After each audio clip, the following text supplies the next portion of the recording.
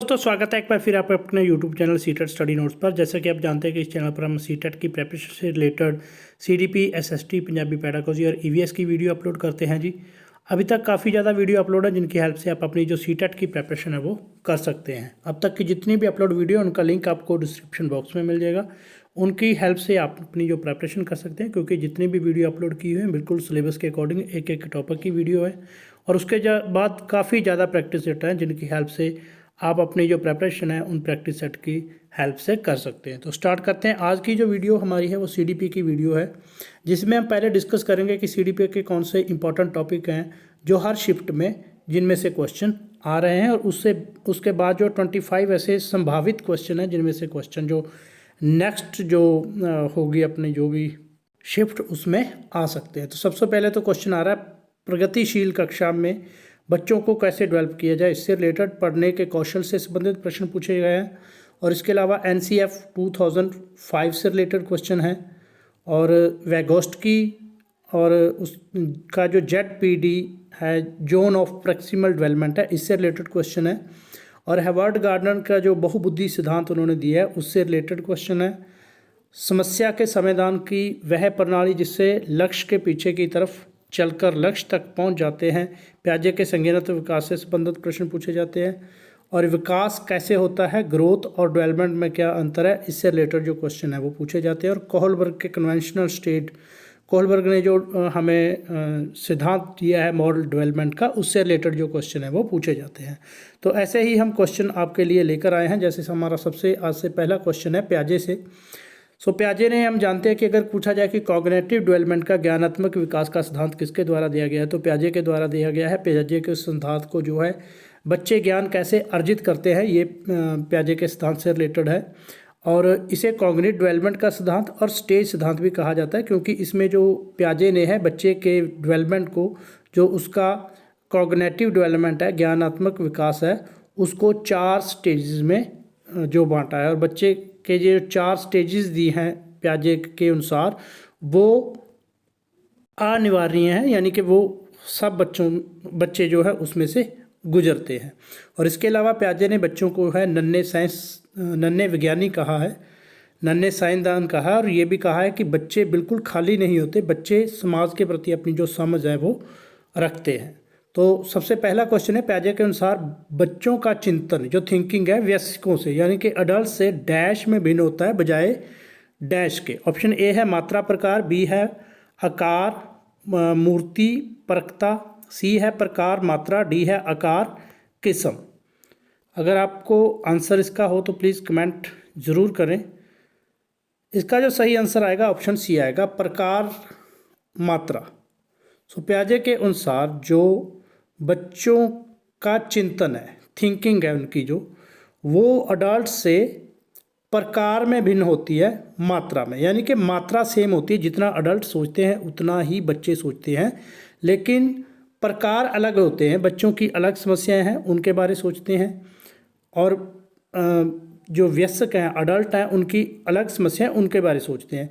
बच्चे सोचते हैं, कितना सोचते हैं, वयस्कों अडल्ट्स के जितना ही सोचते हैं, लेकिन जो है उनका प्रकार है वो अलग होता है वयस्कों के सोचने से। नेक्स्ट है हमारा क्वेश्चन नंबर 2, निम्नलिखित में से किस मनोविज्ञानी ने बच्चों को ज्ञान के सक्रिय जिज्ञासु यानी कि एक्टिव जो है जिज्ञासु के रूप में देखते हुए उनके चिंतन पर मानसिक सामाजिक एवं संस्कृत विषय वस्तुओं के प्रभाव को महत्व दिया है। ऑप्शन ए है जॉन बी वास्टन, बी है ली वैगोस्टकी, सी है लॉरेंस कोहलबर्ग, डी है जीन प्याजे। तो इसका सही आंसर जो आएगा ऑप्शन बी, ली वैगोस्टकी ने। हमें याद रखना है कि सिद्धांत दिया है जिसे हम सोशो कल्चर जो थ्योरी कहा जाता है कॉग्निटिव डेवलपमेंट की, सामाजिक एवं संस्कृत से वैगोस्टकी के अनुसार जो बच्चे का विकास है वो होता है। वैगोस्टकी की अगर हम बात करें, वैगोस्टकी के सिद्धांत के अनुसार बच्चे के संज्ञानात्मक डेवलपमेंट है, जो कॉग्निटिव डेवलपमेंट है, उसमें सामाजिक कारकों, सोशल जो फैक्टर हैं, और भाषा जो लैंग्वेज है उसका महत्वपूर्ण स्थान है। इसलिए वैगोस्टकी के विकास के सिद्धांत को जो है सामाजिक संस्कृत सिद्धांत भी कहा जाता है। नेक्स्ट है हमारा क्वेश्चन नंबर 3। भाषा के अर्जित एवं विकास के लिए सबसे जो अधिक संवेदनशील अवधि है कौन सी है? ऑप्शन ए है जन्म पूर्व अवधि, बी है मध्य बाल अवस्था, सी है प्रारंभिक बाल अवस्था, डी है किशोरावस्था। सही आंसर है ऑप्शन बी। बच्चे की जो विकास की डेवलपमेंट की स्टेजेस हैं उनमें से भाषा को जो अर्जित करने के विकास सबसे जो संवेदनशील अवधि है वो है मध्य बाल अवस्था। और सबसे जो कहा जाता है तूफान की और सबसे ज़्यादा फिजिकल चेंजेस की अगर हम बात करें तो वो किशोर अवस्था में होती है। नेक्स्ट है क्वेश्चन नंबर 4। बच्चों के संज्ञानात्मक विकास के संदर्भ में निम्नलिखित में से कौन सी प्याजे की संरचना है, स्ट्रक्चर है? बच्चे का जो कॉग्निटिव डेवलपमेंट होता है उसमें हमने इसमें से बताना है कि कौन सी जो अवधारणा है जुड़ी हुई है प्याजे के कॉग्निटिव डेवलपमेंट के सिद्धांत से। ऑप्शन ए है स्कीमा, बी है अवलोकन अधिगम, सी है अनुबंधन, डी है प्रबलन। सही आंसर है ऑप्शन ए। बहुत ही इंपॉर्टेंट क्वेश्चन है। स्कीमा कहा है प्याजे के अनुसार हमारे जो एक ज्ञान की छोटी छोटी पॉकेट्स हैं जिनको प्याजे ने जो है स्कीमा का नाम दिया है।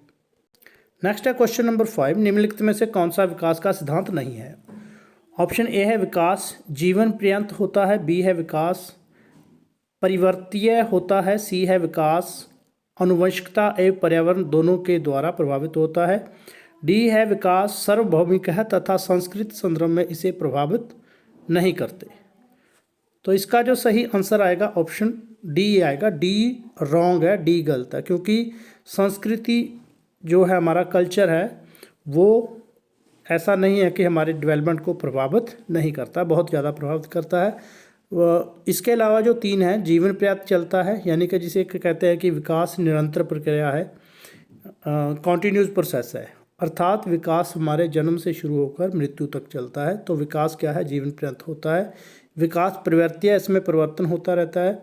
और विकास आनुवंशिकता एवं पर्यावरण दोनों के द्वारा प्रभावित होता है। तो डेवलपमेंट को हेरिडिटी और इन्वायरमेंट दोनों प्रभावित करते हैं। और हम जो भी हैं वो आनुवंशिकता यानी कि हेरिडिटी और जो हमारा पर्यावरण है, वातावरण है, उसका मल्टीप्लिकेशन है, प्रोडक्ट है। हम किसका प्रोडक्ट है? आनुवंशिकता और पर्यावरण का। नेक्स्ट है क्वेश्चन नंबर 6। राष्ट्रीय परिचर्या रूपरेखा 2005 जो NCFR 2005 के अनुसार अधिगम अपने स्वभाव में डैश और से डैश है। ऑप्शन ए है सक्रिय सरल, बी है सक्रिय सामाजिक, सी है निष्क्रिय सामाजिक, डी है निष्क्रिय सरल। आंसर आएगा ऑप्शन ए। सक्रिय है और एक्टिव है और सरल है। नेक्स्ट है क्वेश्चन नंबर 7। बुद्धि का तरल मैजिक मेडल जो है किसके द्वारा दिया गया है? ऑप्शन ए है स्पीयरमैन, बी है गिलफोर्ड, सी है कैटल, डी है थ्रस्टन। सही आंसर आएगा ऑप्शन सी, कैटल के द्वारा दिया गया है बुद्धि का तरल जो मॉडल है। नेक्स्ट है क्वेश्चन नंबर 8। जिन बालकों की शैक्षिक उपलब्धि अपनी आयु के अन्य बालकों से निम्न रहती है, यानी कि अपनी आयु के जो बच्चे हैं उनसे कम रहती है, उनको क्या कहा जाता है उन बच्चों को? ऑप्शन ए है मंदबुद्धि, बी है पिछड़े, सी है अपचारी, डी है मंदितमंता। सही आंसर आएगा ऑप्शन बी। पिछड़े बच्चे कहा जाता है जो पीछे रह जाते हैं अपनी आयु के सेम आयु के बच्चों से।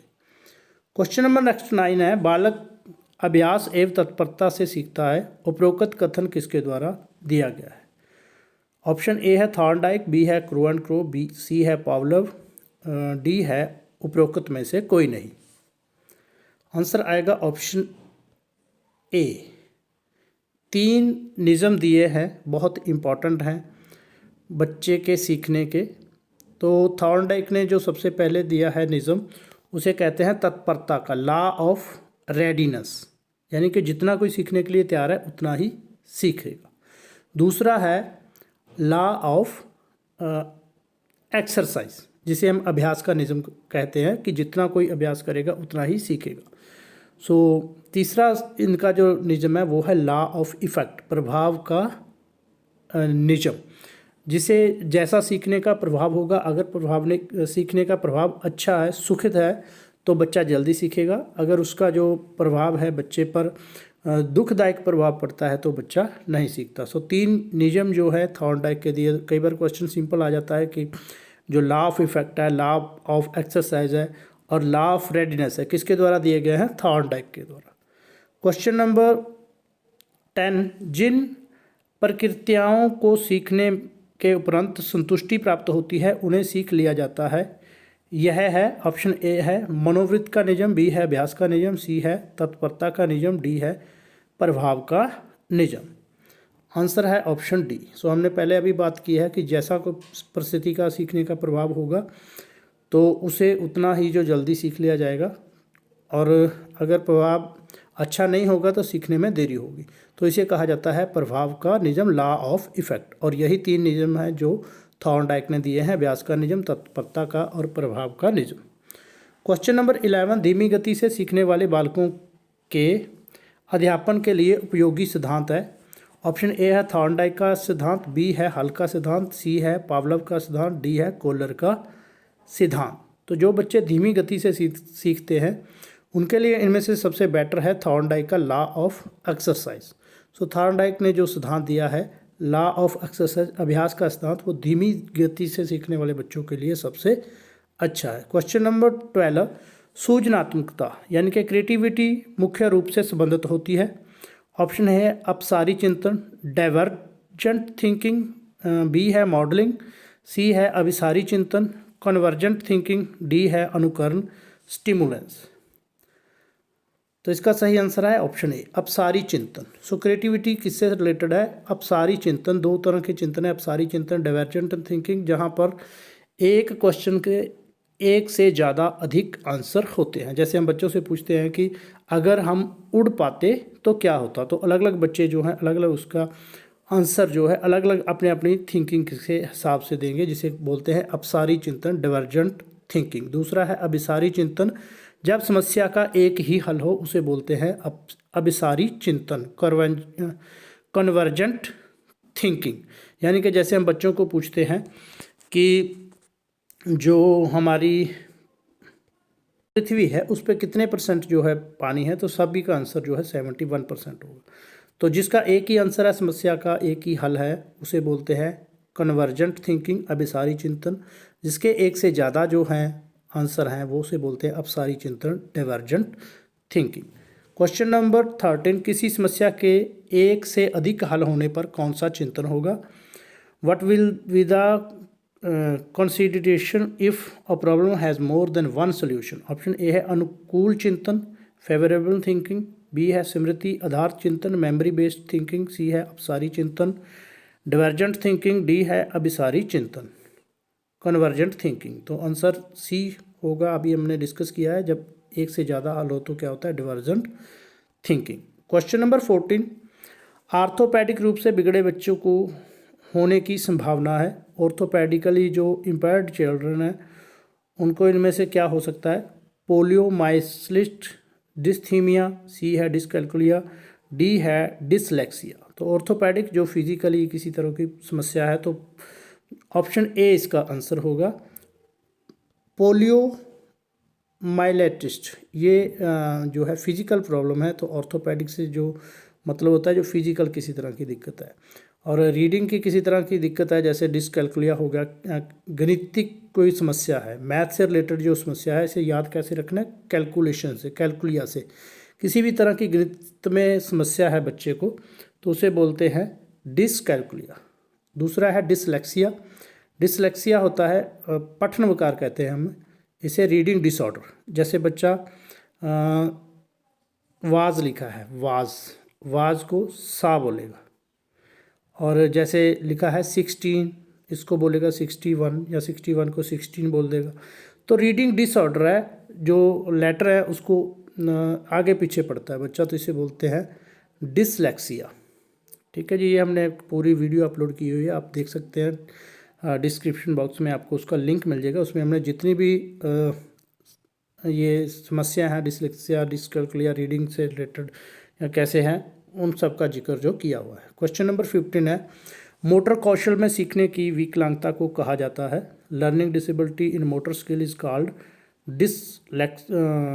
डिसकैल्कुलिया, डिसलेक्सिया, डिसप्रैक्सिया, और डी ऑप्शन है दृष्टक्रिया, डिसप्रैक्सिया। आंसर आएगा ऑप्शन डी, दृश्यक्रिया। सो डिसप्रैक्सिया कहा जाता है, मोटर कौशल से रिलेटेड है। और इससे पहले जो है यहाँ पे शायद डिस्ग्राफिया होगा, डिस्ग्राफिया लिखने से रिलेटेड जो समस्या है, डिस्क्रिया और डिसकैल्कुलिया और डिसलेक्सिया हमने जो डिस्कस कर लिया। क्वेश्चन नंबर 16, एक अच्छी पाठ्य पुस्तक डैश से बचती है, लैंगिक पूर्वगा, बी है लैंगिक संवेदनशीलता, सी है लैंगिक समानता, डी है सामाजिक उत्तरदायित्व। तो ये जो क्वेश्चन है जो हमारा है जेंडर डिफरेंस है उसमें से है, क्योंकि इसी टॉपिक से क्वेश्चन आ रहे हैं, तो इसका सही आंसर आएगा ऑप्शन ए लैंगिक पूर्वगा, यानी कि लैंगिक भेदभाव से बचती है। लैंगिक भाव जो जेंडर हम कहते हैं डिस्क्रिमिनेशन है उससे बचती है एक अच्छी पाठ्य पुस्तक। क्वेश्चन नंबर 17, जीन पियाजे के संज्ञानात्मक विकास के सिद्धांत के अनुसार परिकल्पित निगमनात्मक तर्क किस अवधि में विकसित होता है? ऑप्शन ए है पूर्व सक्रियात्मक अवस्था, बी है मूर्त सक्रियात्मक अवस्था, सी है अमूर्त सक्रियात्मक अवस्था, डी है संवेदी चालक अवस्था। तो यहाँ पे पूर्व होता है प्री कन्वेंशनल स्टेज कॉन्क्रीट, और उसके बाद आता है अमूर्त यानी कि फॉर्मल ऑपरेशन स्टेज, और संवेदी होता है सेंसरी मोटर पीरियड। तो जीन पियाजे से रिलेटेड जो क्वेश्चन आते हैं, तो जो अमूर्त यानी कि एब्स्ट्रैक्ट थिंकिंग की जो है लॉजिकली होती है बच्चे की, वो होती है ऑप्शन आएगा सी अमूर्त सक्रियात्मक अवस्था, यानी कि फॉर्मल जो स्टेज है उसमें जाकर बच्चा जो है तार्किक रूप से सोचने लगता है, अमूर्त वस्तुओं के लिए कल्पना करने लगता है, हम कह सकते हैं। तो सबसे पहले हम बात करें अगर अलग अलग कितनी स्टेजेस दिए हैं जीन पियाजे ने कॉग्निटिव डेवलपमेंट की, तो यही 4 स्टेजेस हैं। सबसे पहले इसमें आती है सेंसरी मोटर पीरियड 1 नंबर पर, संवेदी चालक हिंदी में बोलते हैं इसे, हिंदी में अलग अलग नाम इसके हो सकते हैं लेकिन उसमें जो है सेंसरी ही बोलता जा सकता है। और दूसरा होता है प्री कन्वेंशनल, SP से हम याद रख सकते हैं, प्री कन्वेंशनल। उसके बाद है मूर्त सक्रियात्मक जिसे बोलते हैं कॉन्क्रीट।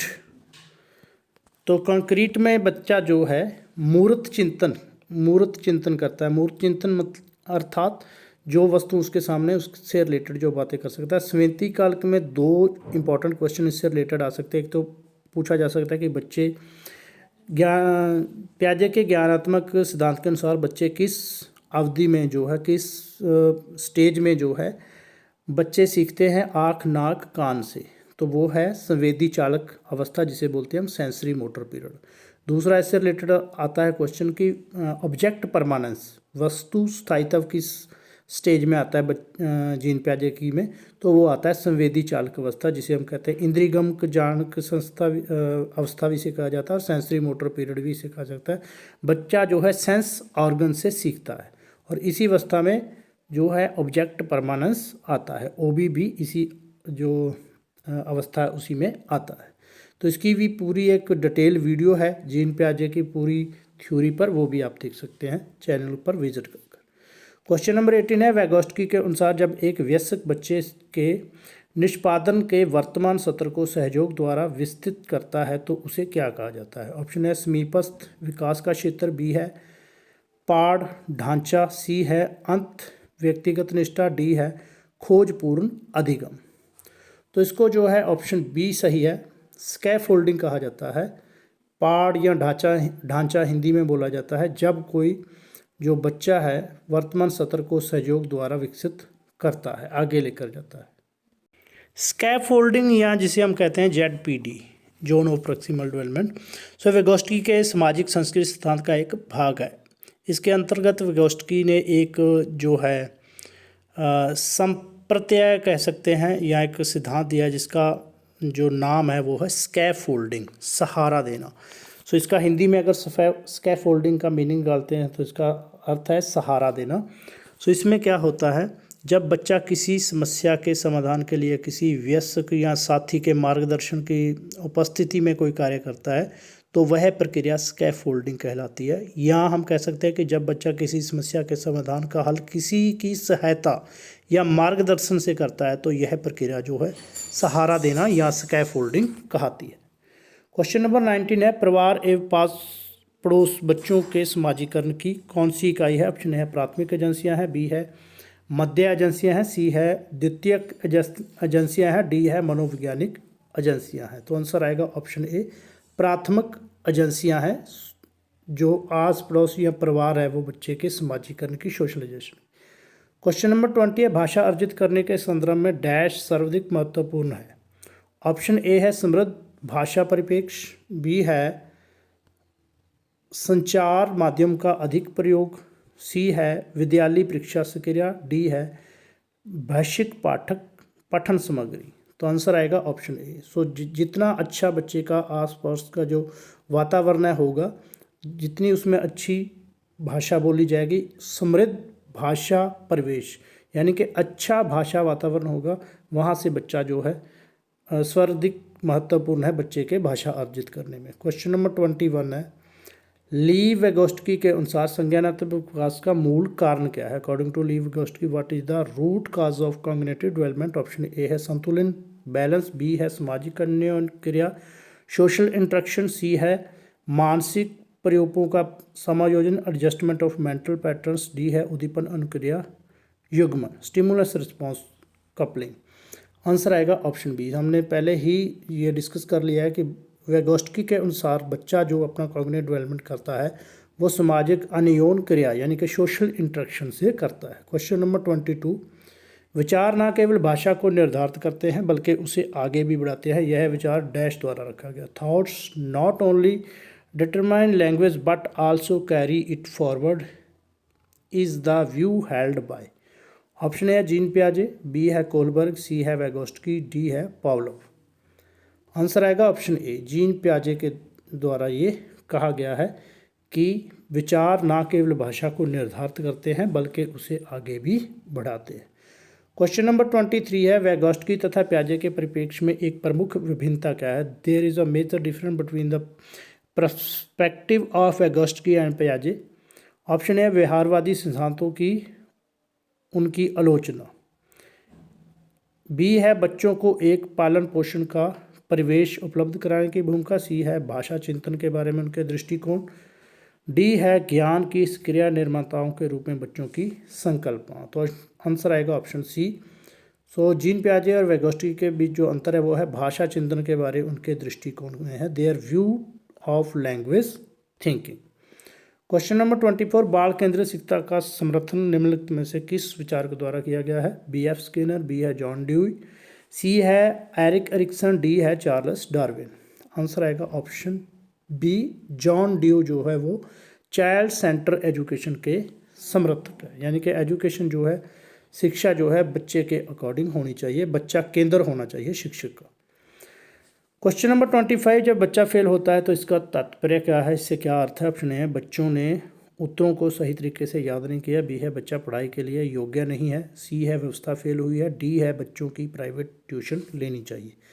आंसर आएगा ऑप्शन सी सिस्टम फेल हुआ है।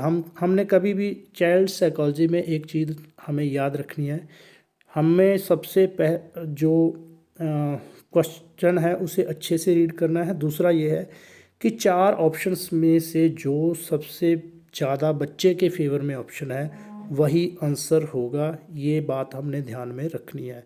कोई भी आंसर जो है ऐसा नहीं होगा जो बच्चे का विरोध करता हो, क्योंकि चाइल्ड सेंटर एजुकेशन की अब बात हो रही है तो जो धुरा है एजुकेशन का वो बच्चा है, तो बच्चे के अकॉर्डिंग ही उसका आंसर होना चाहिए, तभी हमारा जो आंसर है वो सही होगा। बच्चे को हम कहीं भी दोष नहीं दे सकते कि वो ऐसा नहीं है, पढ़ता नहीं है, ये नहीं है, वो नहीं, ऐसा बिल्कुल भी कोई ऐसा आंसर हमने नहीं देना जो बच्चे के विरोध में हो। हमने जो भी आंसर देना है वो बच्चे के फेवर में देना है, वही हमारा आंसर जो है सही होगा। तो ये 25 क्वेश्चन थे आज के हमारे। सो नेक्स्ट वीडियो में कोशिश करेंगे कि और ज़्यादा क्वेश्चन बढ़ाकर अच्छे से हम प्रैक्टिस करें। ये CDP की जितनी हम प्रैक्टिस करेंगे उतना ही अच्छे से हम जो आंसर है वो चूज़ कर सकते हैं 4 ऑप्शन में, क्योंकि 4 ऑप्शन ही ऐसी होती हैं। यहाँ पे आप देखेंगे तो चारों के चारों ऑप्शन ऐसे लगते हैं कि सभी सही हैं। बच्चे ने उत्तरों को सही तरीके से नहीं किया तब फेल हो गया, ठीक है। बच्चा पढ़ाई के लिए योग्य नहीं था तब फेल हो गया। बच्चे को प्राइवेट ट्यूशन नहीं लेनी चाहिए तो फेल हो गया। तो हमने किसको फेल करना है? व्यवस्था को फेल करना है, सिस्टम को फेल करना है। बच्चा जो है, बच्चे की कोई इसमें मिस्टेक नहीं मानी जाएगी। सो इस बात का हमने ध्यान रखना, जो भी आंसर देना है बच्चे के फेवर में देना। तो ये आज की वीडियो थी। अच्छी लगे तो प्लीज़ ज़्यादा से ज़्यादा शेयर करें, लाइक करें। जितने अच्छे व्यूज़ आएंगे उतना ही हमारा दिल करेगा कि और हम वीडियो, इससे अच्छी बेहतर वीडियो आपके लिए लेके आ पाए। जितने भी आपके फ्रेंड हैं, रिश्तेदार हैं, सब में इस वीडियो को साझा करें। So thank you for watching the video.